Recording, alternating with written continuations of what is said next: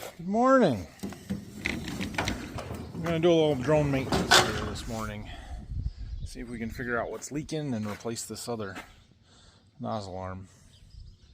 There's rain to the west. It did not rain overnight. It is coming. I probably had a little bit of time we could spray this morning, but you should have 4 hours from the time you spray to the time it rains, and I don't know if we've got that. So I'm thinking we're not going to spray today.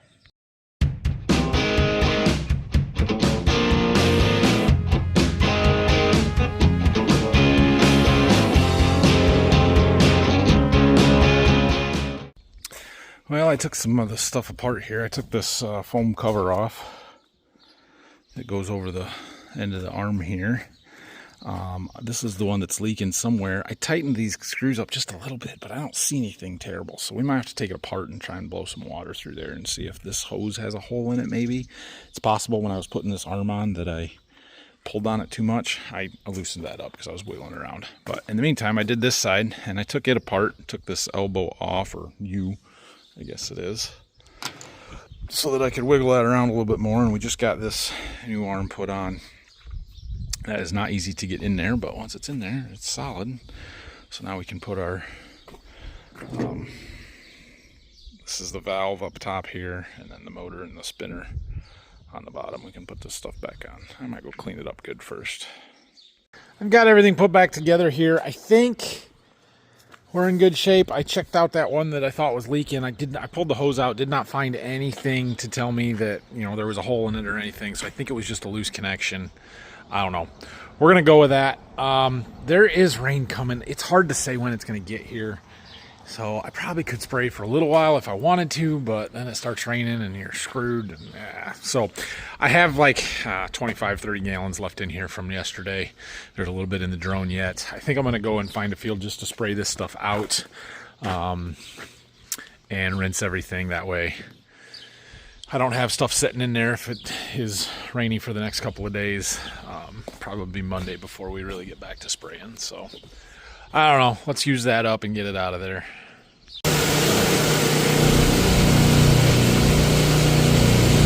Get down. There it goes. All right. Well, good news. Both nozzles are spraying, which they weren't last night when we quit. So that's a start. But we're on the right track here.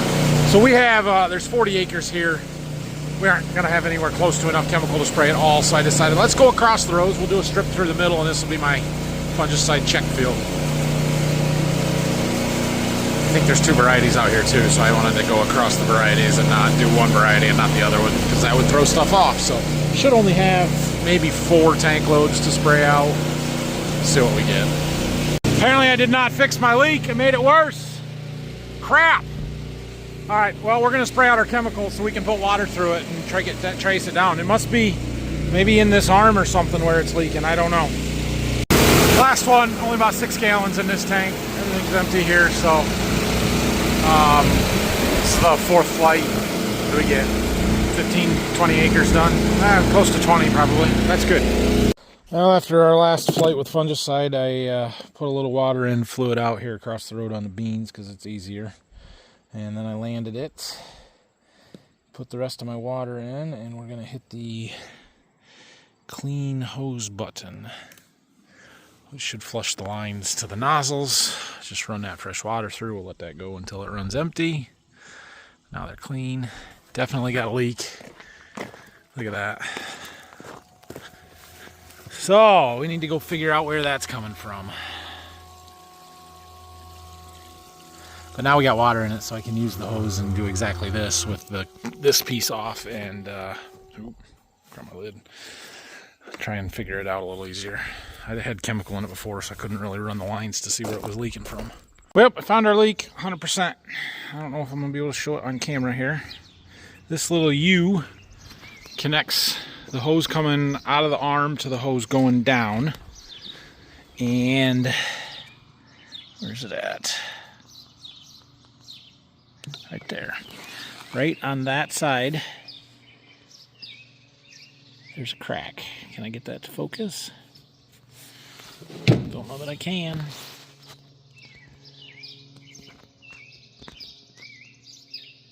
It's right there. Can you see it? Cracked.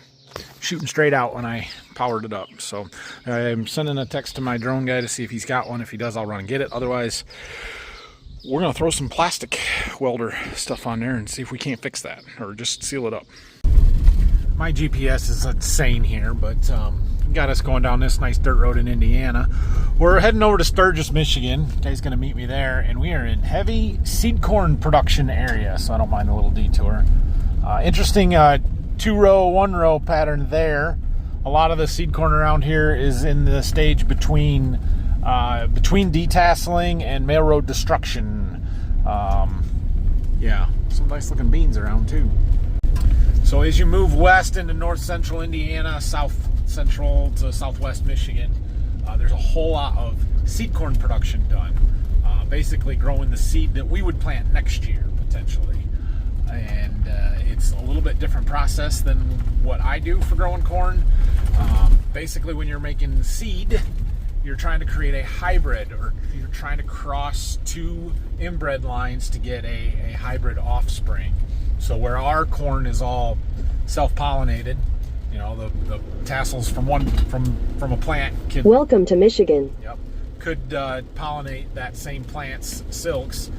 In seed production, they'll actually plant two different inbreds, a female and a male row. They come in and then they detassel the female rows. They cut the top parts of the plants off or pull them out so that those plants will not produce any pollen, but they will still produce ears and silks. And then usually every like 5th row is the male row that they let grow and pollinate, and the tassels shed their pollen. That pollen blows across the whole field, pollinates the female rows that no longer have tassels. And then after that process is complete, they don't really want the male rows to produce an ear because that would not be the cross. So they go in and destroy those and kind of knock those male rows down so that the only thing left is the female rows. This is a seed field that has been detasseled and the male rows are already gone. So they're not out there. If I drive past another one that hasn't been destroyed yet, I'll try and show it to you.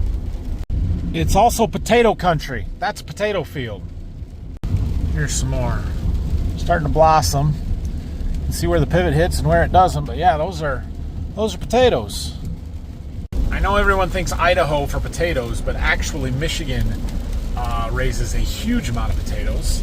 I believe, I could be wrong on this, but I believe I heard at one time that all Lay's potato chips are from Michigan grown potatoes. And a lot of McDonald's French fries come from Michigan grown potatoes. So there's a bunch of them around here. Part secured. Okay. Well, the rain is obviously here. I don't think it's raining at home yet, but we aren't going to spray today, so let's go get it back together, though. I don't know how well you can see it, but there's some seed corn that still has the male rows in it.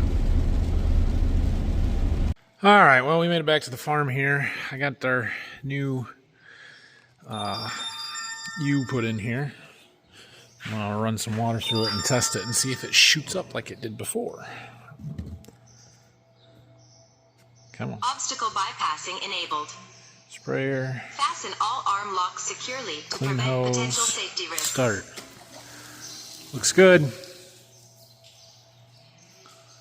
Why did it stop? Okay, good deal. We'll put the foam back on and we should be ready to go. Well, I got that drone fixed and it's been threatening to rain all day. I was driving through a bunch of rain getting that part and I thought it was all moving east here. And the concrete got wet here at one point, but it's never really rained. So I probably should have sprayed more today. I guess I couldn't to fix the drone. Could have sprayed some beans with the big sprayer, I guess. But there is a more significant line of rain forming out west that we're still hoping is going to get here. So I went and got my lawn mowed, which is good. And I think we're going to have to just forget about anything else for the rest of the night. So we'll see what happens with the rain and what tomorrow looks like. If I can keep spraying, we're going to keep spraying. But it is Sunday, so we might see tomorrow. We might see Monday. Either way, thanks for watching this one. Have a great night. See you when we see you. Actually, you know what? There is something else I can do. I got a little mowing to do. Weed stubble around my house. Let's go do that. So Xander must have mowed a bunch of this while I was gone, but there's a little strip that didn't get done here, so I thought I'd finish knocking this down. My boys wanted to hit golf balls out here, and they asked if we could mow this to make it easier to find them, and I said, sure. Also, we're going to use it for a parking lot for the field day that's coming up. And I need a little bit of dirt to fill in around my pool, so I think I'm going to scalp some of this dirt out here somewhere and haul it up there with the scrapers. So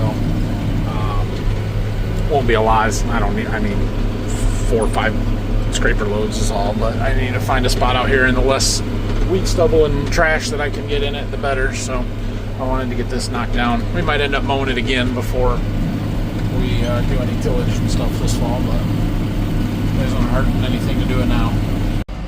There, we got that knocked down. All right, the boys are getting super excited about flag football. Turns out I get to coach flag football this year. So we're dividing teams and trying to figure all that out right now. And they think we need to start practicing. So we're going to head home. Brayson's got his flags on already. He came out to ride with me and asked if I could play football with him. So we're going to go do that.